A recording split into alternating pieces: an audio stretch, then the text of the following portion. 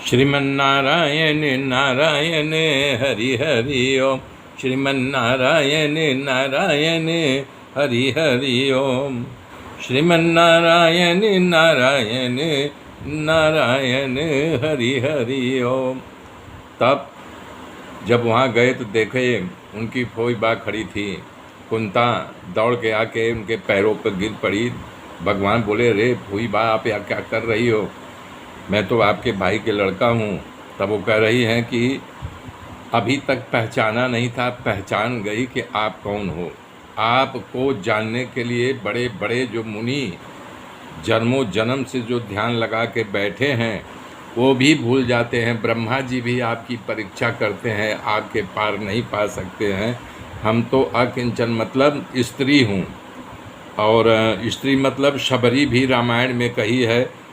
अधम से अधम अधमयति नारी,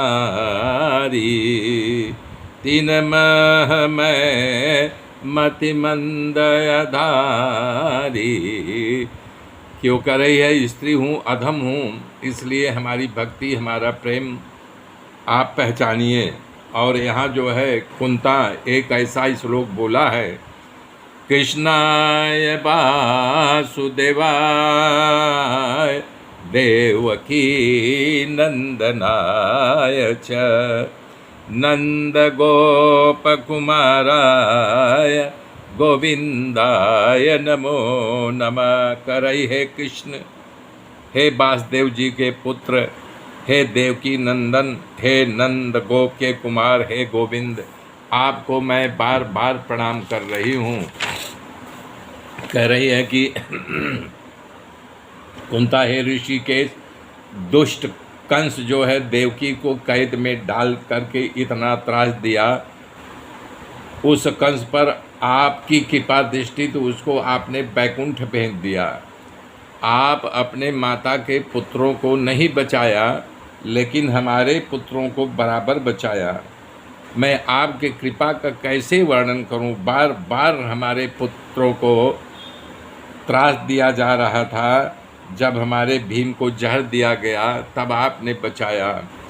कह रही है, नाथ, मेरे जीवन में अगर आप ऐसा ही करना है, हमें जब सुख का समय आया तो सुख के समय में आप छोड़ के जा रहे हो, तो मैं एक चीज़ मांगना चाहती हूँ, बताइए हमको आप देंगे? भगवान ने कहा, कोई बात, दुनिया में ऐसी कौन चीज़ है जो मैं आपको नहीं दे सकता? बोले पक्का? बोले पक्का। बोले हमें सुख नहीं चाहिए, आप मुझे हमारे दुख की ही गठरी दे दो, क्योंकि जब दुख रहेगा तो आप हमेशा हमारे साथ बने रहोगे, और जब सुख आया तो आप हमको छोड़ के जा रहे हो। सन्मुख सोत, कि जो सन्मुख है वो हमारे सामने सुख नहीं चाहिए। रामचरितमानस में भी यही कहा है, जरहु सो संपदि सदन सुख सुहित मातु पितु भाई, सन्मुख सोत जो राम पद करन सहस सहाई।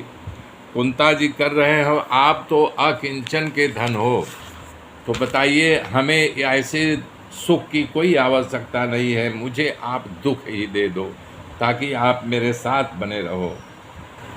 तो प्रेम छिपाने से नहीं छिपता है। अगर मुख नहीं बोलता है तो आँख बोलने लगती है, आँख से झरझर झरझर आंसू बहने लगता है। राम जी स्वयं ने कहा है, मम गुण गावत पुलक शरीरा, गद गद गिरा नयन बह नीरा। हमारा पक्का भक्त वही है जो हमारी कथा कहते कहते उसके आँख से झरझर झरझर आंसू बहने लगे और पुलकित हो जाए। तो अब आप ब्रज में लीला कर रहे, तो आप अपने ही घर में चोरी किया। माँ यशोदा आपके ऊपर डंडा उठाया, जिसको देख करके भय भी भयभीत हो जाता है। आप यशोदा माँ के डंडे को देख करके भयभीत हो गए।